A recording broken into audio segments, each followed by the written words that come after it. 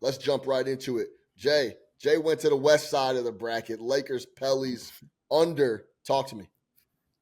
Yeah, man. I mean, this is two top tier defensive teams. I mean, obviously, now when you look at the Pelicans here, this team has defenders, especially coming off the bench. Trey Murphy, Herb Jones, got Jose Alvarado coming off the bench as well. Valanciunas isn't horrible. Zion Williamson can get up there and get some blocks. You see what I'm saying? But when you have AD over there on the other side, I feel like it's going to be tough for both teams to score from the paint. I do think that while the Pelicans have been trying to run and gun lately, these in season tournament games have been like playoff style type of games. You see, not a ton of fouls called. It's a rough type of game, playoff style type of game. I'm expecting this pace to be a little bit slower here, a lot more methodical basketball in this one. So with two top tier defensive teams coming in, and you look at this as well, Sean, when you're a basketball team and you're going into a new arena, the ceiling is a little lower than regular NBA arenas as well.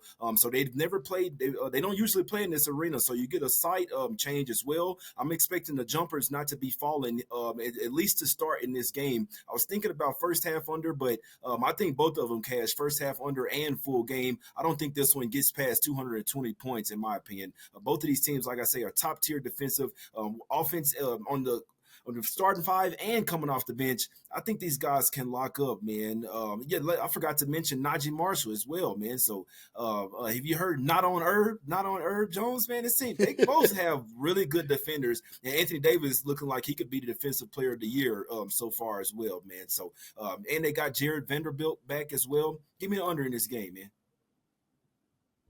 This is going to feel different. And when things start to feel different and things are unfamiliar, people get tight, jumpers don't fall. This is what we saw in the Knicks-Bucks game was an anomaly. The Bucks absolutely shot the complete lights out in an elimination game. The Knicks had absolutely no chance. They could shrug that game off, burn the tape, and just continue back on to the regular season and start making that push for the playoffs.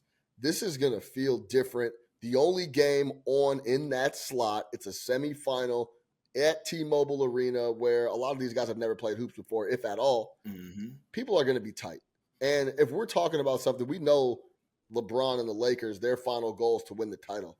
The Pelicans' goal, this hardware seems actually attainable now to guys like B.I., to guys like Zion, to guys like Alvarado, and the rest of them. That whole roster can potentially get some hardware when we're talking about guys on the Lakers that have the most hardware of all time in LeBron James. AD has a ring. This is not something I see AD potentially being all that fired up for regardless. It's clear that LeBron is out there trying to go get the inaugural cup.